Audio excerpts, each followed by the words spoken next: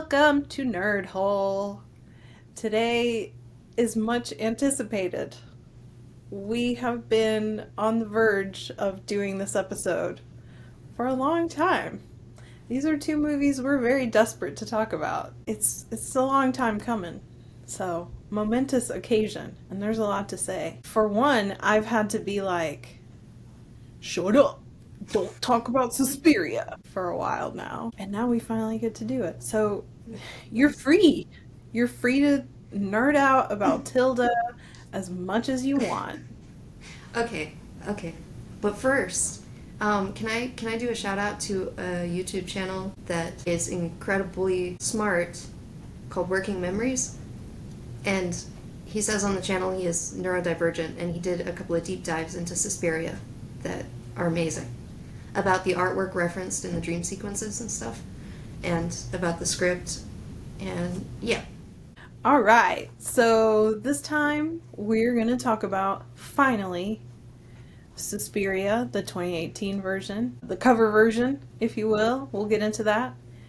And Possession from 1981. The thing that connects them, the reason why we're putting these babies together, is the Berlin Wall, is a character in both of them, if you will. Yes. And so, what a great way to talk about the symbol of division personified, except it's not a person. Objectified. Wait, oh, that's what that word means. Yes. For one, the Berlin Wall being in both of them. Of course, in Suspiria 2018, it is not the actual Berlin Wall because at the point that they were shooting, it no longer existed. But in Possession, that is the actual Berlin Wall. So even if you don't enjoy it as a piece of art, you can enjoy it as a piece of history. But I thought it was so funny that in both of them, the Berlin Wall is just like right outside their front door. No matter where you are in West Berlin, you open your door and the Berlin Wall is right there. I love that so much. In fact, in Possession, there's two different locations, or there's several different locations, but the two main locations are like their married house and then Anna's secret monster pad. And both of them are just right in front of the Berlin Wall. I love that for the symbolism. You don't have to beat around the bush. It's right there. Possession, I hadn't seen it until just now. I've seen Suspiria 2018 several times, and the original, but Possession was new to me. And my first thought that jumped out was, this guy does not handle breakups well. I mean, I'm sorry, it's a bit over the top. The Berlin Wall as a metaphor for your divorce is it's a bit much. She cheated on you, so now you're bringing a Lovecraftian entity into your movie to exemplify your disgust. I don't know. It's quite a way to react to a breakup. I love that that's where you went with it. I have seen also Suspiria 2018 when it came out. I really, really enjoyed it, and I also really enjoy the original. Actually, the original is one of my like early experiences with horror that really shaped me as a person. But yeah, I loved it. And then not that long ago, Possession had been on my list for a while, and I was like, okay, I'm gonna do it. And at first I was like, what the hell did I just watch? And I was so bewildered. You don't even realize when you're watching it how strange it actually is. Like the mundane things around it are actually very strange.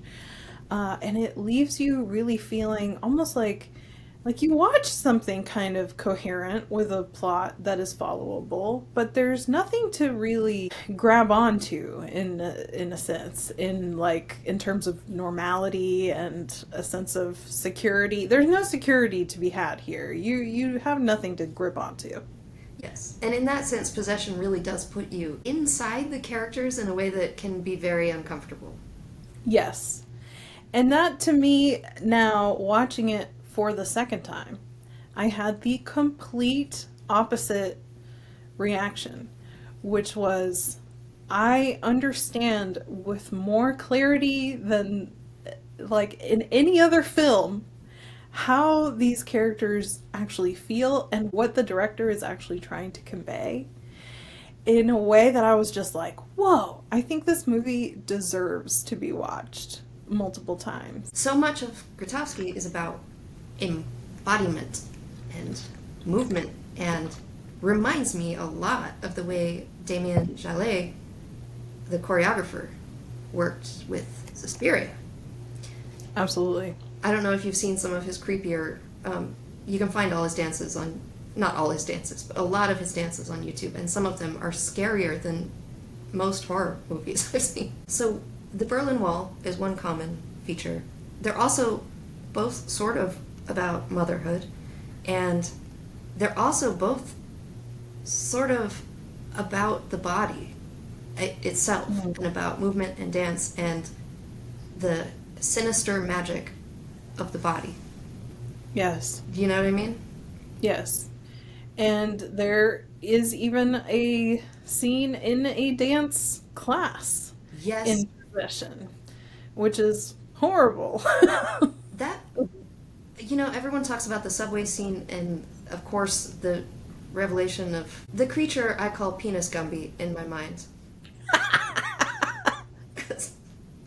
Because it's a grotesque, I mean, it's an amazing practical effect, but then it looks like somebody glued some green googly eyes on it.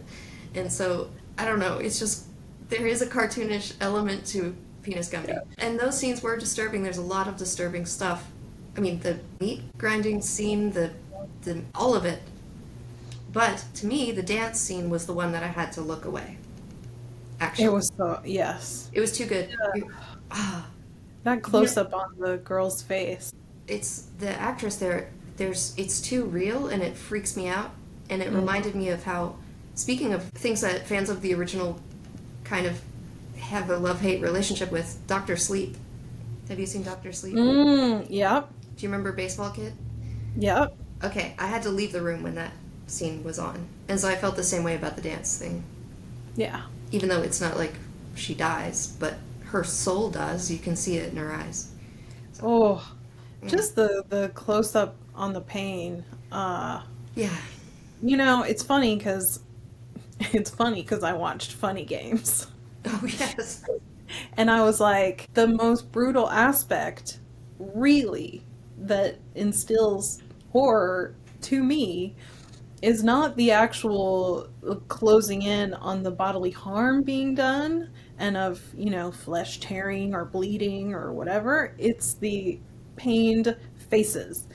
And Funny Games is all about just showing you pained faces up close, and that's very much the vibe here. It's just like you are up close and personal in a really intimate way with someone who is going through excruciating pain and like an abuse of power and being publicly humiliated. And I mean, there's just layers and layers and layers to it. And of course, this video was shot by Heinrich. Right. So I'm imagining Heinrich with his camera right up in the face of the kid who is just being abused in front of all her classmates.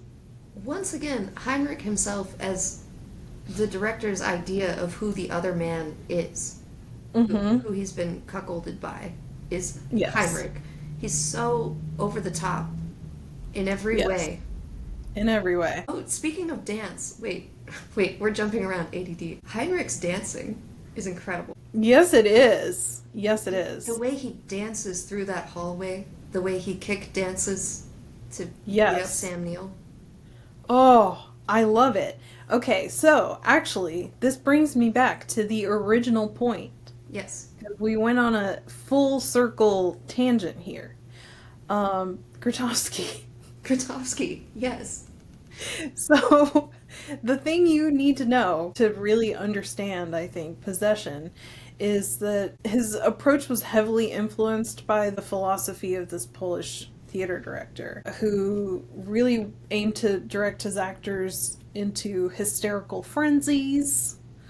I think so much even worse than The Shining, which, you know, also gets a rap for nearly driving Shelley Duvall insane.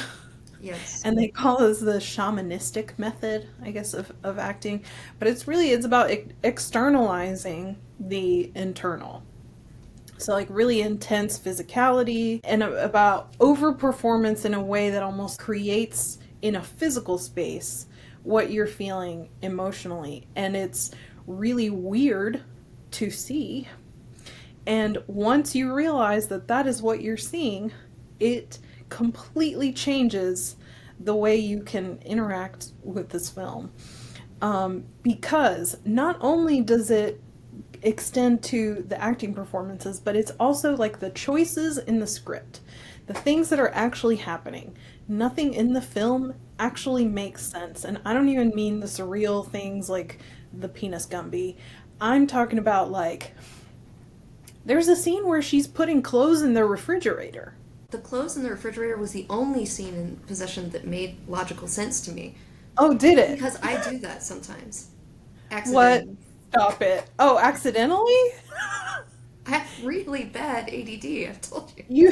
You don't just use it like when you're out of closet storage, you're like, I'll keep these pants nice and cold. But yeah, there's so many places. So she's stuffing clothes into a kitchen pantry. The fact that the meat grinding scene, right? When you think, oh, she's, grinding up hamburgers, she's gonna make dinner. She doesn't. She just grinds up meat, uses the electric carver on herself, and then the meat is just left out on the counter. The entire point of that was just to have her literally carving flesh while they're having a conversation. She's ripping apart the house, right? Like stuffing clothes in the pantry, dumping all the food out onto the floor. She's wrecking their home because she's a home wrecker. Yeah. Is the message. So if you actually take either metaphors or figures of speech and act them out literally, that is what this movie is. Mm-hmm. In every single scene. And once you know that, it is like the key to unlocking it. And if you try to describe every single scene, what is happening, without getting into very minute detail, if you zoom out from it, it sounds completely ordinary. It sounds like, oh, he's self-harming. Oh, they're having, a violent confrontation. It goes from this very abstract, surreal place to something that's completely ordinary if you just zoom out a little bit. And it's my favorite thing. Yep. Even the idea. Okay, the scene. Which one? Spell it out for me, because I know. there's a couple How can you of say these. that in Possession? I mean, there's so many the scenes, like just them in the restaurant with the mirror, speaking of Suspiria mirrors. They're all the scene, but the very adult scene. Okay, the very adult scene with the squid thing. Yes. Okay, that as a metaphor, the idea that if someone cheats on you, that your concept of that act is so repulsive and alienating that they might as well be an alien. Exactly. The other Exactly. man, And you also get to see acted out the gut punch of walking in on your spouse with someone else and how it actually feels to you, because the way that you would normally shoot that scene, you would have two people doing their horizontal tango and somebody else walking in, and to the person watching, you would have to do some work to get yourself into the shoes of the person walking in. In this movie, you feel as repulsed as the character of Mark does, because they have made it that her lover is actually this repulsive creature with tentacles. And separating the wife out into two separate, into the doppelganger situation. Yes. The idea of the idealized version as some sort of Yes. ghost passing through your life who's always been there somehow, mystically. Yes. And I had a really hard time at first with her, trying to figure out what is this doppelganger situation, and we can get into the whole thing with like the two sisters and Faith and Chance, and there's a lot of duality all throughout the movie. But what I think finally made sense to me is that, again, going back to this, like, nothing actually really makes sense when you break down the actions of what is actually going on. So Helen comes over, and he immediately, not 2 seconds after, this is the first time apparently this woman has ever been in his home. And yeah, she's Bob's teacher, but like, he doesn't really know her like that. They fall into this domestic coupleness, where he's like, oh, hold on, I have to go do something. Would you finish up Bob's bath? And then she is spending the night, and there's no conversations. There's no seduction scene. He treats her as if she is his wife. And the She fact is. that yeah, because she is, I mean, that's the clue, that none of these characters are really characters. are really real. These are symbols in his Yes, mind to talk about emotions around a divorce. That's it. exactly. And so she's, of course, she's just the idealized. Anytime you go through a breakup, you have this idealized version of your partner that doesn't really match reality. I mean, he's split her into. Hmm. There's the good wife who's embodied as this other character, and then there's the Who, bad of one course, who is has lighter hair and. yes, and the green eyes, Uh-huh. and there's the bad partner who's down in the subway, destroying your groceries. Hmm. So offensive with grocery prices these days. Watching all the Seriously. milk and eggs go to waste, and of course, milk and eggs, the symbols of motherhood. Don't treat your eggs and milk like that. Yeah, She has another scene where she is beating somebody up with a carton of milk.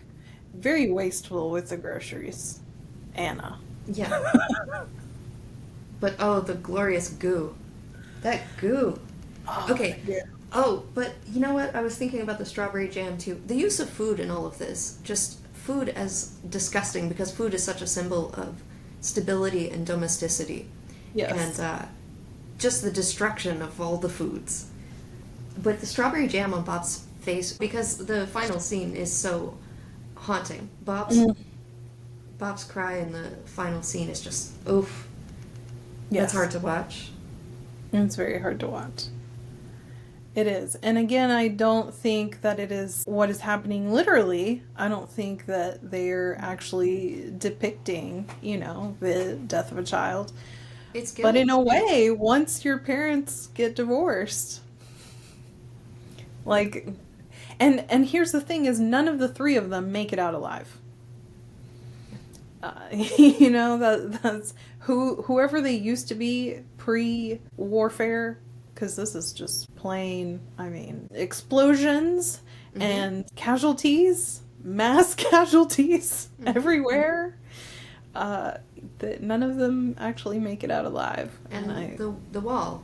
I'm sorry for trying to minimize what he must have been feeling creating this movie. I didn't mean to say this is an over the top reaction to a breakup, because I know a divorce, I mean, with kids involved, it is a huge deal. It is it is epic. That is a way to portray it as I a think the horror. reason that it didn't irk me in a sense of just being like, oh my gosh, this guy just wanted to make a movie about how horrible his wife is that the character of Mark is equally, if not more, repugnant.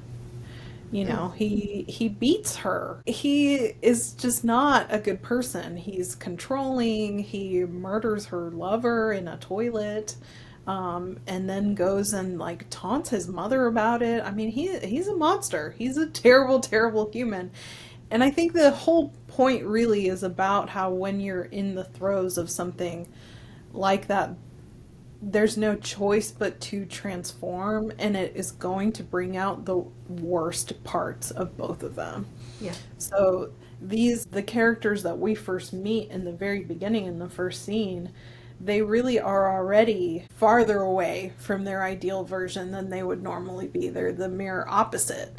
They're the worst parts of both of these characters. And then you get to watch them interact in then really surreal ways.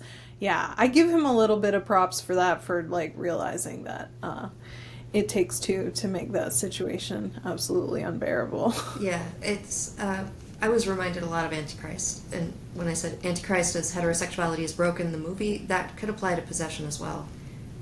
Absolutely. Which is, Suspiria is very, very, very queer. Yes. In every way. It's so gay. It's so gay. But another thing about possession in terms of queerness that stuck out to me. So this movie's actually set in the time that it was shot, in the very early 80s. And there's just casual queer representation. And it's the last thing I think that I would expect from a movie in this time period, where there's an actual, there's queer characters. And yes, they're minor, but their queerness has absolutely nothing to do with the plot. In Possession? Mm-hmm. The private investigator who is following her 2 feet away. I forgot because it's such a because it's so minor. Exactly. Yes. It's completely inconsequential to the plot. Yes. You have this man who's following her. He finally lets himself into the house, and he's under the guise of being an inspector, is going through her entire home, finds the monster. She can't let him get away with this knowledge, and so she murders him. And then his boyfriend comes looking for him, and they have a really beautiful moment where he's just explaining to her, this isn't just somebody I know, this is somebody I'm in love with. I think I forgot about it because that's when things start to get really really intense, is after that Absolutely. Exchange. I was thinking about how frightening facial expressions can be, throughout Possession. How frightening people can be, just on their own. No effects needed. The performance itself. No makeup needed. Absolutely. Absolutely. They are scarier than the actual prosthetic tentacle monster thing. The tentacle monster is the only, comic relief in the whole movie. Yeah. It's the only little bit of fresh air that you get. Is his little googly eyes. Not the initial vision of it, though, on the bed, where you don't know what you're looking at, and then it moves.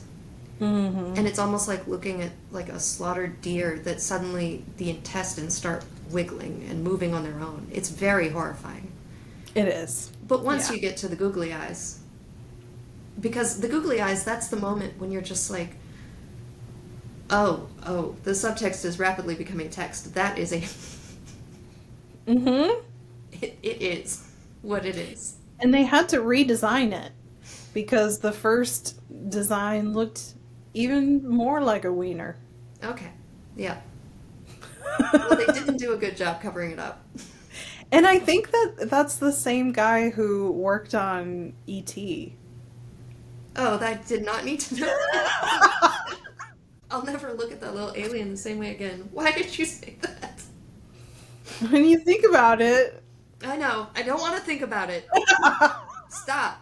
So both movies are in a way about sex, so we have to talk about that. They're about sex and death. Both of them.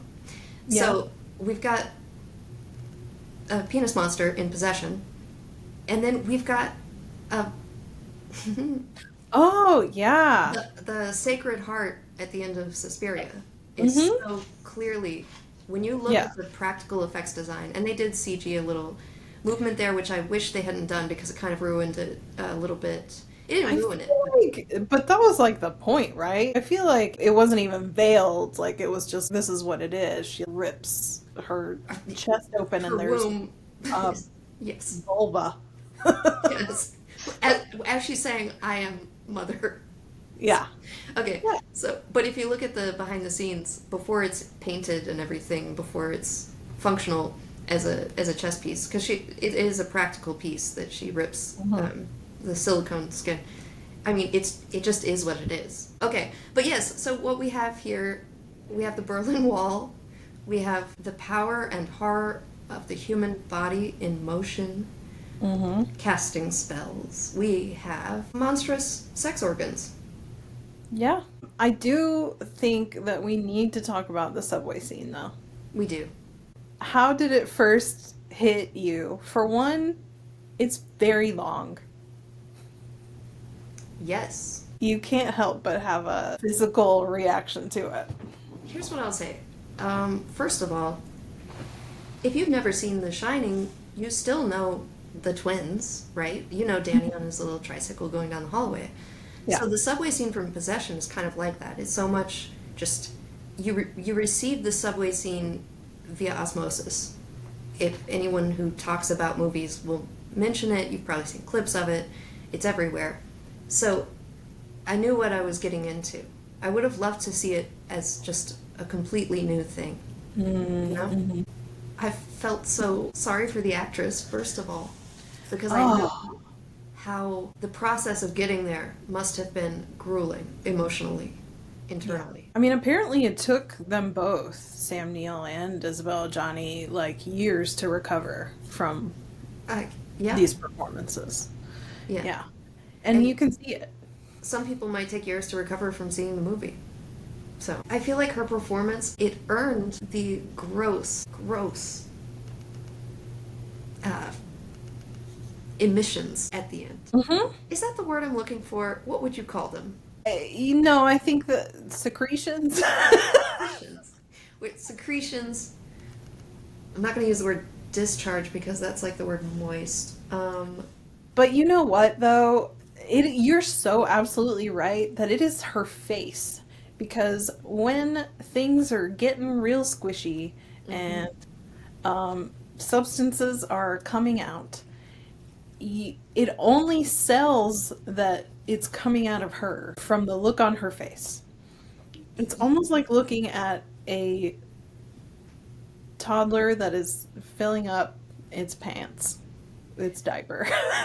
Yeah, yeah. Yes, and the thing is, it's unclear exactly where it's coming from too. It's coming from her hair, her shoulders, Hmm. her groin, her. I don't Yes. know where it's her entire body is just sort of It's like exuding. liquefying Yeah. internally and yes. Did you say exuding? Yeah. Yeah. We, it, it's a very sticky scene. It's very It sticky. sticks with you and it is sticky.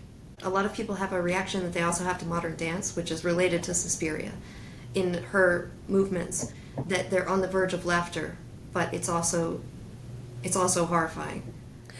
But I was gonna say it reminded me a lot of particularly when Susie is auditioning for the dance school. And you think at that point that she's gonna come in and do some incredible like pirouettes and stuff, and she is just like thrashing around. In a way that's really emotional and evocative, but it's completely unexpected. And this to me felt just like that, and um, like a possession movie. Like you are actually watching, The Exorcist or something. There's something inside her that is moving her body that way, and it's not exactly her. She's I mean, but it is. But she's a woman possessed, and there you have. It's yet one of the layers of the name of the film. But to me, the first thing that struck me after finishing watching that scene, and I had to pause the movie and just like breathe for a second because I couldn't believe it. And I hadn't seen, really, I had seen stills, I think, but I don't think I had ever seen clips. It reminded me so much of Claire Torrey's vocal performance in The Great Gig in the Sky, which is a song on Dark Side of the Moon by Pink Floyd. Ah, And I'm gonna need everyone to go watch the subway scene in Possession and then go listen to The Great Gig in the Sky. Great Gig in the Sky is a song that has one of the most incredible vocal performances ever recorded that was entirely improvised and there are no words. It's all just vocalizations. And they told this woman, Claire Torrey, basically like get in the booth and think about death and sing. And she did a really, really fantastic job. It chills you to the very bone. It's like she's creating a language. She's hitting a part of your brain that you didn't know was there. It's absolutely insane. And I have to imagine that that was much like what Isabelle Adjani went through. I doubt that any of that could have been choreographed, really. Yeah.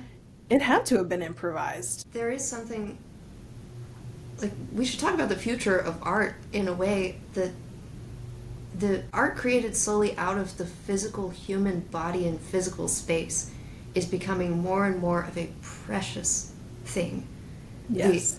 The vocal performances that are not auto-tuned whatsoever, no one's touched them, they have all the imperfections, you can hear every part of the larynx, you know? Yeah. And so a performance like the subway scene, there's no way to replicate that. Wow. It's so specific to that Yes. human being in that location. Elena Fokina, who played Olga in Suspiria 2018, is an artist in her own right. She is a dancer. And what she was doing there was incredible. The effects team barely had to do anything. She was amazing. I mean, of course, they had to digitally remove her leg and her arm and Yeah. get a dummy arm and a dummy leg. But other than that, and a jaw piece for the jaw dislocation. But that's all her. There was no way. I was watching that and I was like, how did they do this? This must be CGI. There's no way to move a body in this way. Well, they And had... it's not. I will say, though, about physical human bodies in physical space, that when you use practical effects, the performer has to work with that, and that's one of the great benefits of it. So they did have the jaw prosthetic, and they had the rib prosthetic, and then, again, just a green arm, just like Patience Buckner in Cabin in the Woods, right? Yeah. You green sleeve one arm, you green sleeve one leg, and then you attach the dummy limbs. And so she was having to move with those dummy limbs on her as though they were hers, which is this whole internal sensation thing that you have to get into, where your brain is saying that actually is my arm on my back. Yeah. But the way that she throws herself across the room as though being pulled by some force. Yes. That's just the power of dance. That's just the power of her body.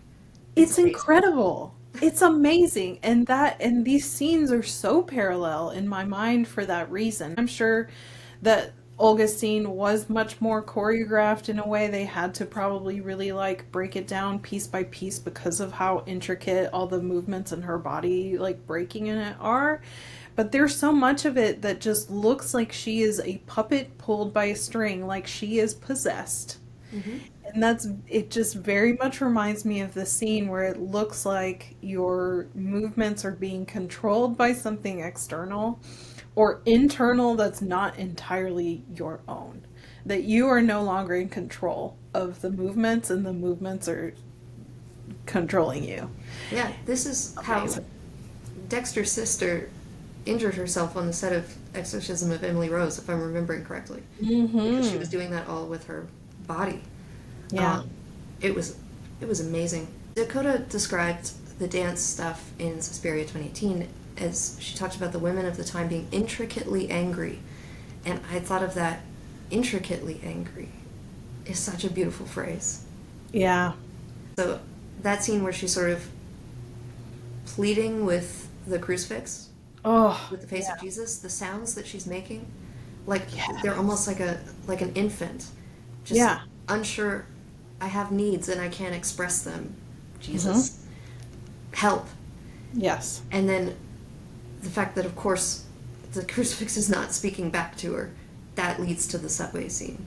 It's like Yes. she knows that it's whatever is about to happen is about to happen, and she's going the last place she could think of to just to stop what's going to happen to her body. It's amazing. And transition. what she goes on to do is give birth to her faith. Ooh. Yes. Yeah. It's the whole thing with like faith and chance. The first time I watched it, I was like, I have forgotten the meaning of both of these words. I don't know what you were talking about. And then it just makes so much sense to me now in retrospect. When you're getting married, you either have one or two or a combination of both of these mindsets. you're either taking a chance that this is going to work out, you're taking a chance on love, or you have faith in the like enduring power of love and that you're going to be able to make it to the end. She is very much finding throughout this process of going through this divorce that she doesn't feel either, that there has to be kind of something else. And then once she gives birth to this like entity and she calls it her faith, and it's her faith that must be protected, and which she does. She like kills people in order to protect her faith. Metaphorically, it's really astounding. Which is a lot of human history. Mm-hmm. It's that. Absolutely. Process. And it's so political. I think that's definitely also part of it. You know, obviously they have all these shots of the wall, the fact that Mark is a spy. They have spies with binoculars watching him and increasing kind of the sense of paranoia. By the way, the shot of his meeting with his employers towards Yeah. because I talked about The room. The room. I talked about the spinning camera in Pontypool making me nauseous, but for some reason that shot didn't make me nauseous. It was just incredible. Incredible. It was amazing. Speaking of making like really impressive visuals with no special effects, just the camera work in that scene was so good. Absolutely. I wanted to see this director's version of 1984 after watching that. Yeah, yeah. I think it's the first scene where you have something depicted on screen that doesn't make sense, that outright doesn't make sense. There's things even from the very beginning, like he, this first meeting with Anna on the street, he picks up his bags and puts them down and picks up his bags and puts them down like 3 times. So the only other thing I wanted to talk about brings us to Suspiria, because I wanted to talk about the color palette. The color palette in Possession, to me, is if you were to marry the original Suspiria with the 2018 Suspiria. Because you've got this really muted, and a lot of the interiors even look the same. In Suspiria, they did an incredible job of kind of capturing the grayness of late 70s West Berlin. A lot of the interiors, the buildings, the wallpapers, the colors of it all just look very, very similar. There's a muted color palette. You can tell in their apartment, everything is like white and beige. There's a lot of just gray and white and beige, lots of neutral colors throughout. And then there's these shocks of color that remind me of the original Suspiria. There's this preoccupation with blue. Of course, Anna's character is always depicted as wearing blue. They both have very piercing blue eyes. Can I point something out there? Mm-hmm. Yeah. I think it's really funny that blue is the color associated with loyalty. And it's almost like a kind of mean-spirited joke that she's in blue the whole time. Yeah. Yes. Yeah, very much so. And then, of course, that's contrasted with all the red. There is a lot of oozy red. You made a really good point about Possession having those different variations of fake blood, where there's the really deep red that just looks like tempera paint. You know, mm-hmm. That was very common in Dario. You loved that. Yeah. Yes, it's like the Giallo special is that quality of fake blood, and then there's the stuff that looks really real. And then there's the stuff that comes out of Samuel's mouth at the end. Yes. That is just it is minstrel. Out of his mouth. It is so gross. When we were talking about the subway scene, speaking of blood. Yes. The greens. The whites and the greens with the reds. The whites. Yes. Horrifying. Yeah. And that's a really stark example where you have the actual backdrop of everything is just like plain gray concrete wall. She's in a blue dress and she's oozing these bright colors, secretions. Which makes me want to talk about Suspiria 77 because there's a lot of green and a lot of red in that movie. There's it's a fairy tale, okay? The original is a fairy tale. And I would argue that 2018 is in ways a fairy tale as well, despite being so grounded. It does put you under a spell. That is one thing they have in common. Yeah. You are spellbound watching it. Can I tell you about my first experience watching 1977 Suspiria Yes. as a very young person? Yes.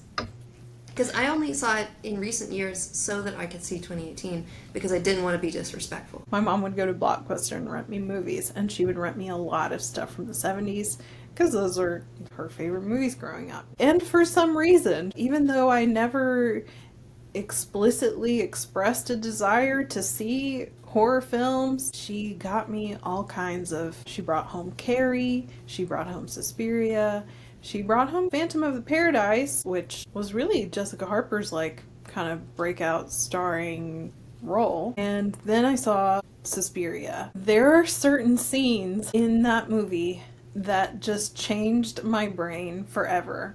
One of them is when she's in the bathroom and the like face is just like the breaking through the glass.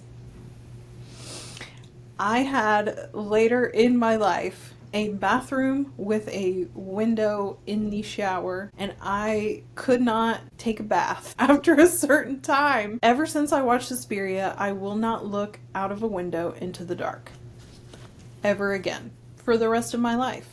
And when I say, for someone who watches a lot of horror, that doesn't really happen to me. They don't really have like lasting trauma impact. I don't know what it was about that particular scare that crawled all the way deep down into my bones. And then the other one is the barbed wire room and having to crawl through barbed wire to make an escape. Thinking about what that must feel like made all the hairs stand up, and I was never able to get over it. Obviously, it's not a perfect film.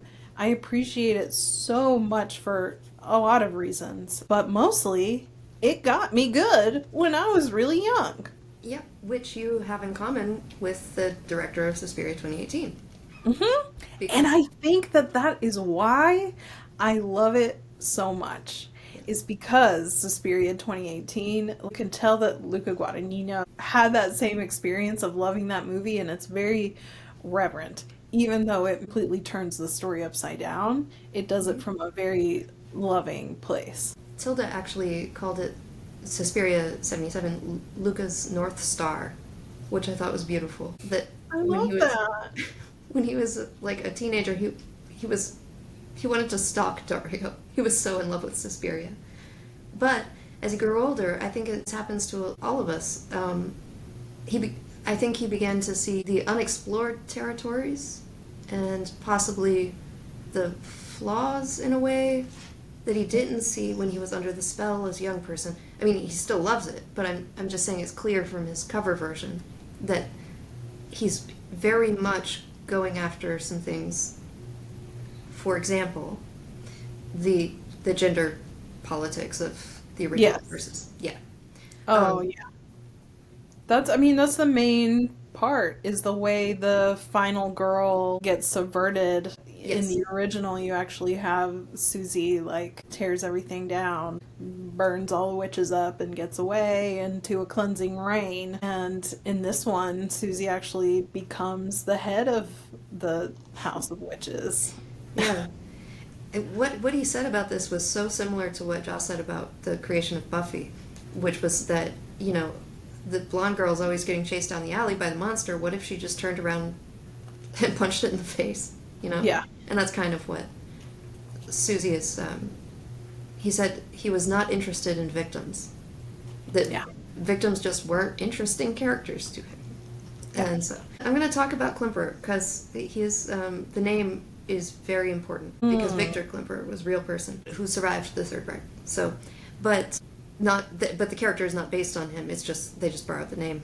Yeah. But Victor Klimper wrote a book. I mean, well, one of his collections. I think I'm getting this right. Of his journals is called "I Shall Bear Witness," which Joseph is the witness.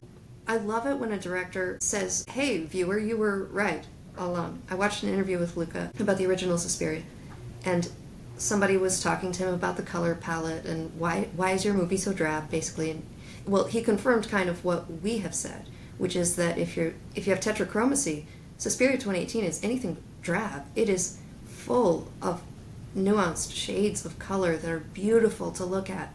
The Yeah. rust and eggplant and the mustard yellows and all of it is just Yes. it's very colorful. Oh, and her hair, which is like a campfire Yeah. glowing orangey red, is gorgeous. Yeah. And the subtle colors of the wood planks on the floor, they shot in an old hotel. He said, "Look, it wasn't about the aesthetics for me. That's not what I wanted to do with my cover version, basically. If you want that, check out Neon Demon." And the first thought I had when I saw Suspiria 77 was, oh, Neon Demon is such an obvious reference in every way, Yeah. visually speaking. Just I mean, the you're hard pressed really to find a modern horror movie director who was not influenced by Argento. right, and I would even argue that most of YouTube is influenced by Suspiria because everyone seems to have a red light on one side and a blue light on the other side of them on YouTube. It's so weird. I felt like Suspiria 77, it does, there's a line. It made me, I mean, it made me uncomfortable in ways. Beautiful violence. Look, I Yeah. would say both of them have beautiful violence, but in totally Yeah. different ways. Absolutely. That the the beauty of Suspiria 77 is that the violence, I mean, it's all, it's painting, but Suspiria 2018 is the sort of violent beauty of dance, as Dakota Yeah. said, intricately angry movements of the body. The Olga sequence, again, Elena Fokina's dance prowess there in that, it is one of the most nauseating, horrifying things I've ever seen, and also one of the most beautiful things I've ever seen. Yes. And it's kind of like, again, the motherhood thing, it's kind of like childbirth, right? Childbirth is absolutely disgusting and disturbing, and then it's the most beautiful thing that ever happens to you. Now, Yeah. this is about death, not birth, but that's kind of what this movie is about, is birth and death and rebirth, and it's a For lot. sure. It's a lot, which is another thing that Luca was sort of rebelling against the simplicity of Suspiria 77 in terms of story and theme, and saying, no, let's go for it. Because I don't want to touch this work I love in its strengths, so I'm going to take its weaknesses and strengthen them, you know? What I was also going to say about the Olga scene is the editing Yes. is some of the most brilliant editing I have ever seen in any movie ever. I Yes. feel like they teach that in film school? Do they use it to teach editing in film school? Because they should. The way that you actually see, because you have one character who is throwing another character around the room, and they are in two completely separate rooms. And the way that they are able to show that, the duality and like mirroring of their movements, without having any kind of like a split screen or anything like that, is absolutely masterful. It's almost like undetectable editing. Incredible. Yes. The exact opposite of what I do here on this show. You know, Luca is a big film nerd, and I feel like that can be helpful and a hindrance in a way. And I feel like Suspiria 2018 was so powerful a force for everybody involved that he really got out of his own way. Because, yeah, the greatest filmmaking is the stuff you don't notice, right? When there's like a long tracking shot and it's clearly someone trying to show off and they're going on way too long, Yeah. that's not nearly as effective as the tracking shot that you don't notice how long it's been going on. Yes. And the editing in that scene in Suspiria, part of you can admire it, but it's mostly in retrospect because as you're watching it, you're completely engaged. Even people who hated the movie just outright because why are you remaking my Suspiria? Even people who hated it had to admit that was an extremely powerful cinematic experience. And dear old Tom York helps a lot, you know? I mean, everybody talks about the Goblin score for Suspiria 77, which of course is obnoxiously scary. It's really good. It's really good. But, But Tom York's is oh, it's beautiful. it's haunting. It's chilling. It's scary in a different way. It like, gets into your bones. Yeah. Yeah, it's like the way the opening Shining theme gets into your bones. Mhm. I will say I didn't even say this before, but I love the score of Possession. There's times when it's almost like it comes out of nowhere. We can talk about the score to Possession because I don't actually um, remember it. I don't know why I don't remember it. It's funny that you don't remember it because there are scenes when it's very hard to ignore. Kind of when they pick up the whole, oh, actually, this is a spy thriller now, and Oh, yes. Oh, I love when it just goes off the rails at the end yes, into yeah, what are we doing? Okay, I'm sorry. The car chase sequence and everything there's a shootout in the street with he's like shooting cops. got so well Together. filmed. Again, you don't. You're so in it, you don't notice how incredible the editing is in all Yeah. of that business. Okay, the editing and Possession in general, everything, the shot composition, all of that stuff. Oh, it's Amazing. technically, I think, one of the best things I've ever seen. Yes. Some people called Suspiria 2018 pretentious. I do not think that's true. In order to be pretentious, you have to pretend to know what you're talking about. But Suspiria is one of the most well researched, grounded movies. Suspiria is like even more than horror directing, a masterclass in eroticism. And I've heard people talk about this. I have not seen Challengers, but they were talking about the sort of like erotic thriller genre of the 90s that was the 80s and 90s that was often quite bad Yeah. in terms of its gender politics. You know, for example, Fatal Attraction. Uh, Yes. but that this was a new kind of erotic thriller. People are saying that. I haven't seen it. Have no interest in seeing it really. Even though I loved Call Me by Your Name and I was quite fond of Bones and All despite its flaws. Um, Luca's just very very good at sex and love, Yeah. and it shows through this extremely grueling horror drama Mhm. about war and witchcraft Yeah. and manipulation and power and Yeah. childbirth and the terror of the female body. Yes.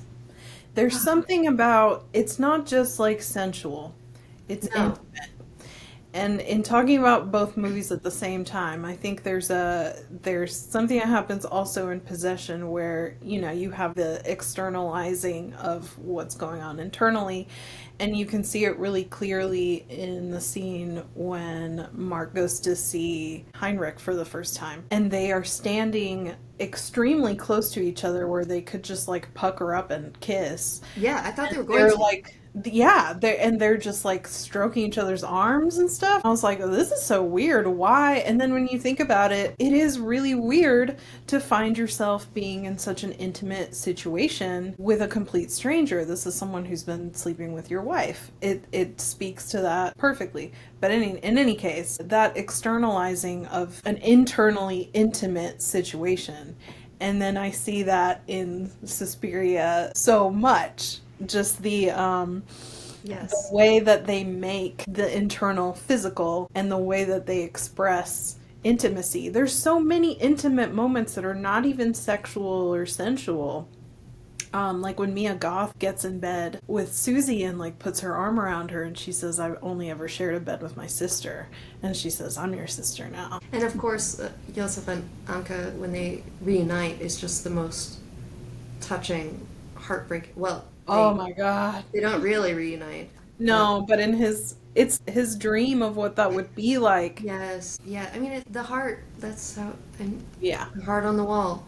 It's about it. The movie's about love, but the danger is power of it too. Because I got to thinking about how Blanc obviously loves Susie, Mm-hmm. but Susie is the goddess she has always worshipped. She doesn't know it, but it's an elevated spiritual love. Luca said there are two things that interested him: humanism and extremity.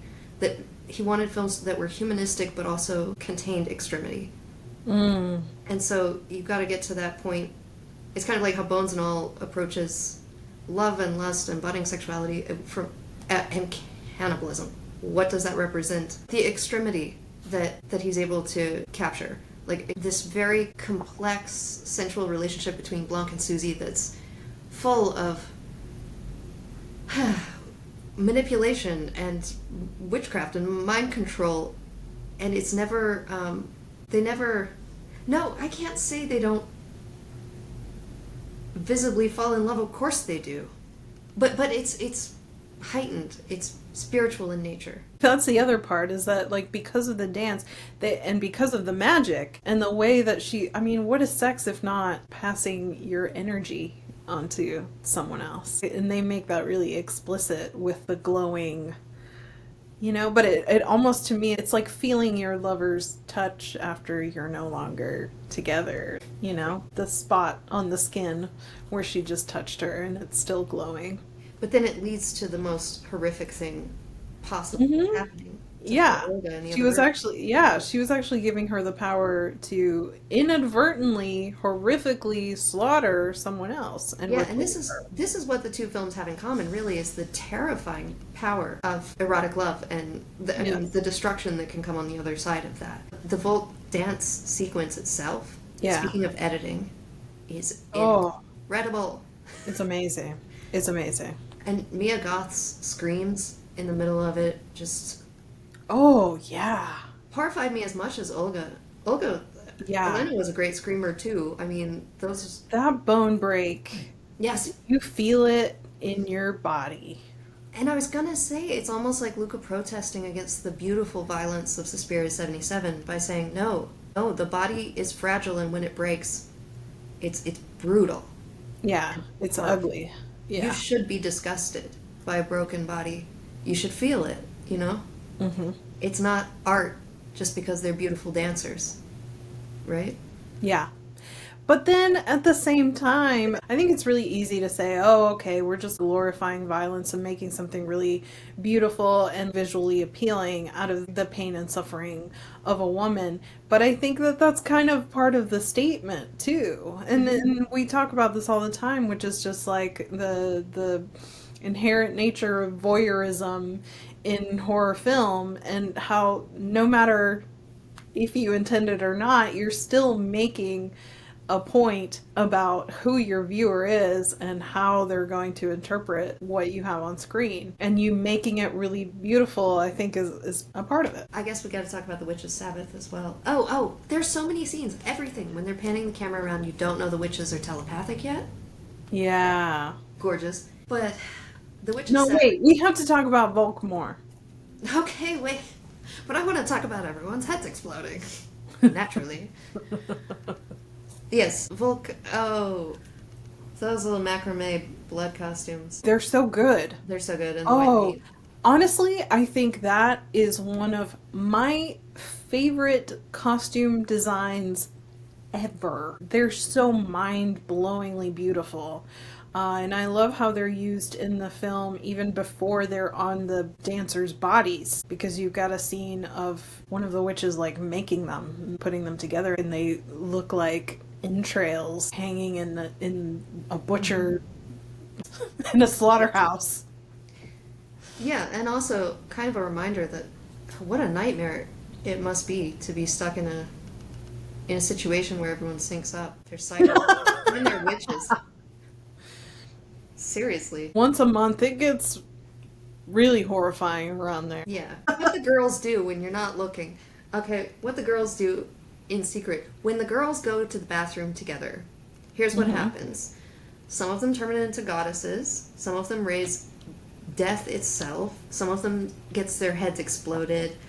A few get disemboweled and stuff. And stuff. And they all writhe around naked on the floor in a dance spell ceremony. Luca did say something. Let me read you a quote from him, okay? The focus of Dario's movie was the idea of older women recruiting younger women. The relationship between the girls and the matrons of my dance academy is quite different, as they are terrible mothers aside from casting their magic spells. I deal in the concept of the uncompromising force of motherhood. A mother is supposed to be caring, nurturing, unbiased, and devoted, but what if that is all our own prejudgment? Even if you're the most radical person, you think of motherhood adhering to accepted norms. But real danger lies in that presumption, as motherhood comes with deep conflict, the banality of postpartum depression, the refusal to bond with the child, and the complexity of the relationship between mother and daughter can often turn into a competition. If you make a movie about witches, basically a group of women bound to a pact of solidarity and sorority with power within themselves, you have to be open to the possibility that they aren't just simple evil characters. They are very complex ones, and it's not all about nature and nurture. In my opinion, the 60s was about killing the father. That changed in the 70s to killing the mother, and that's my slant and what I reflect on in my Suspiria. Mm-hmm. That's a very dense answer. That makes a lot of sense to me. It's interesting how that hit me as a mother. Because I have no reference point, except as a daughter, I guess. Yeah. And I think something happens when something happened to me when I became a mother. I won't speak to every other mother because that's one of the complexities, is that not all mothers are the same. But one thing that happened to me is I was able to examine the choices that were made by my parents through a completely different lens. And in some areas, I was able to apply a more sympathetic lens, like, oh wow, actually this is really hard, and this is what they were going through. And another thing that happened is some of the choices that were made I found completely unacceptable and unthinkable. And it goes back to like this The history element of Suspiria 2018. Yeah. yeah The yeah RAF and 77. I remember you saying at one point that you thought the dream sequences were one of the aspects that you That I thought were the didn't. least successful. And I really love the dream sequences, and I wanted to talk to you about what makes you feel that way. Because, okay, well, it's one of those things I had an instinct about, and I think, according to the wonderful researcher over at Working Memories, I was correct. That I felt like the dream sequences were full of references that were outside of the world of the film because they were to, like, art pieces, famous art pieces, and that was accurate. And so I felt like I was just seeing in the dream sequences, whether it was references to art or to just little elements of the original Suspiria, or the original Suspiria marketing at least, I felt like, okay, that's Luca's hands and feet, and it took me out of it, you know?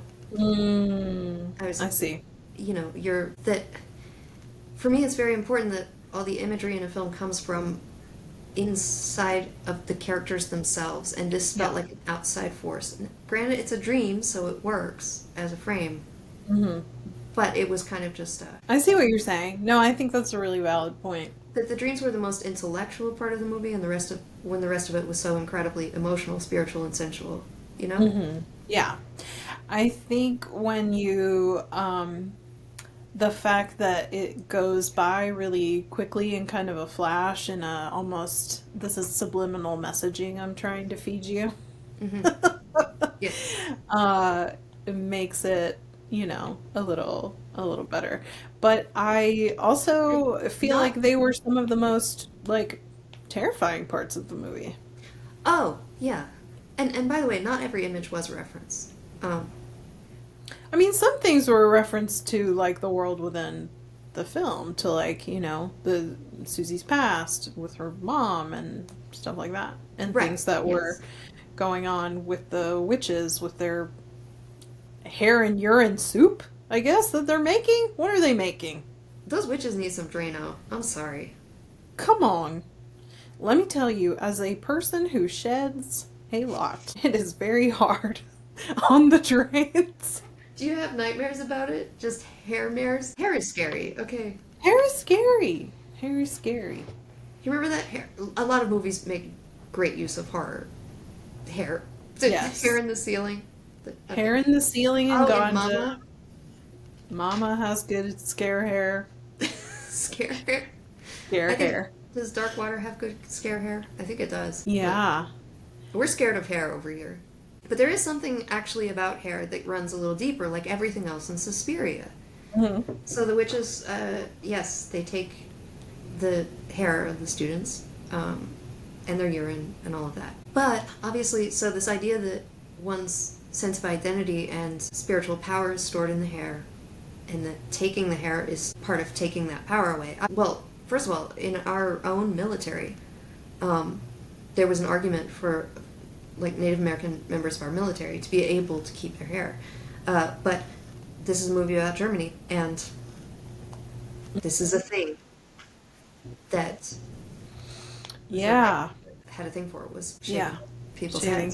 heads as part of like a process of dehumanization. The idea of these mounds of hair as part of the nightmare sequence, if you think of the nightmare sequence as containing information. So, okay, let me backtrack and say, when I said it's full of art references, and I found that a little off-putting because I can see Luca's hands and feet, a lot of the references, though, still contained really important war imagery.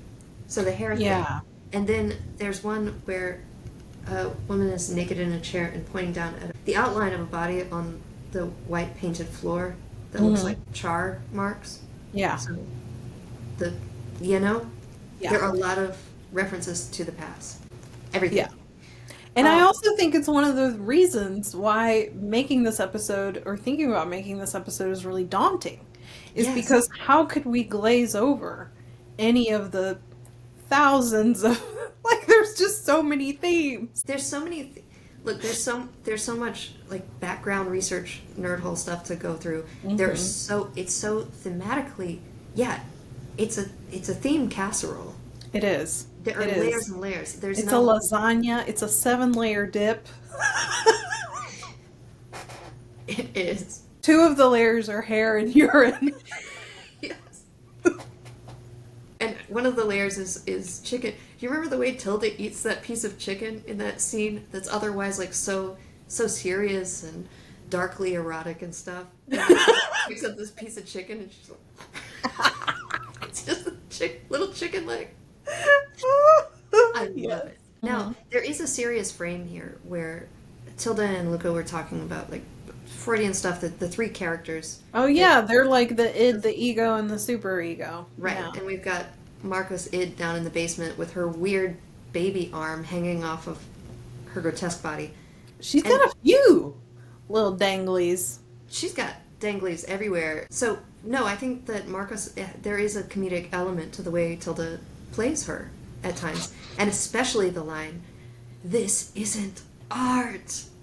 I love that. This idea that there's something in certain forms of dance and theater, speaking of Grotowski, that are inherently, they go too deep to even, you're veering into dark magic territory just by touching these places Yeah. in the creative world. It plays with that idea, which is really horrifying, deeply horrifying to me. First of all, the beauty of the violence, when Marcus does this movement with her hand, like a blade coming down from her fingertips, and Tilda's costume design of that red dress and the red sleeve that perfectly mimics the blood shooting out from the back of her neck. Another great prosthetic in the movie. That little tiny sequence reminded me so much of the visual beauty of the movie The Cell, where Vincent D'Onofrio was pulling back with that giant cape. Anyway, we're not even talking about the aesthetics because it was the obvious nod to the original Suspiria, just doing the red filter over everything, and it also covered the bad CG possibly of people's heads getting exploded by death that Susie summoned. But the first time I saw the sacred vag heart of Susie, I wept. And I don't know why the first time I saw it. I started crying then. I mean, Marcus was weirdly comedic to me, and then I started crying, and then I kept crying through the end of the movie.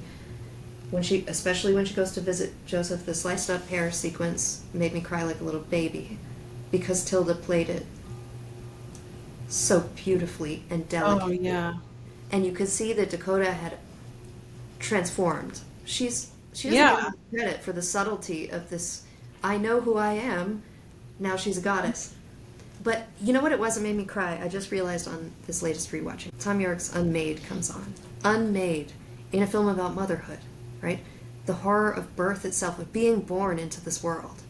Yeah. And the beautiful vision of a goddess, a mother goddess, who can unmake you.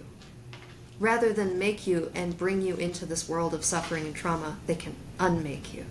Mm-hmm. And so it's when the girls, what do you want, my sweet girl? And they then say, and can "Die." unmake your trauma. Yes, yes, which is terrifying in itself when she unmakes Joseph's trauma. Yeah. Because you remember how, like, oh, there's that moment where you realize, wait, he's forgetting fascism now. Like, Yeah, he's forgetting fascism and he's forgetting his wife. he's forgetting his wife. Is that really, She's um, taking away like the memory of the love of his life. It's actually quite, and she frames it in this like we need shame, but we don't and need guilt, but yours. not yours, Yeah. which was a beautiful line. But there is Hmm. this question now, to my mind, is it mercy or manipulation? You know? It's like a very self-serving kind of mercy. And you also have violence as beauty, Yes. and you also have the suffering and death of these young women wrapped up in this cloud of mercy. There's something really horrible about that. Yes. And that's also kind of what's beautiful. I want one of them to be like, you know what I want, Mother Suspiriorum? I want you to not have freaking let me get disemboweled. I want the rest of my life. Look, we all have complaints about our mothers. Mom, why'd you let me get disemboweled? When I was your age, we all got disemboweled. You should just be thankful that I Look. clothed you in red strings and I fed you pee-pee and hair lasagna. Look, I was doing the best I could. Yeah. I love everything about Suspiria 2018. I think it's a masterpiece. And I think Possession is also a masterpiece. I'm not as cozy in the world of Possession, which is Yeah. weird to say that I feel just cozy in a horrible death trap of a witch's coven. But look, I mean, honestly, I rate them both fives. I feel like it's really boring that I always do that.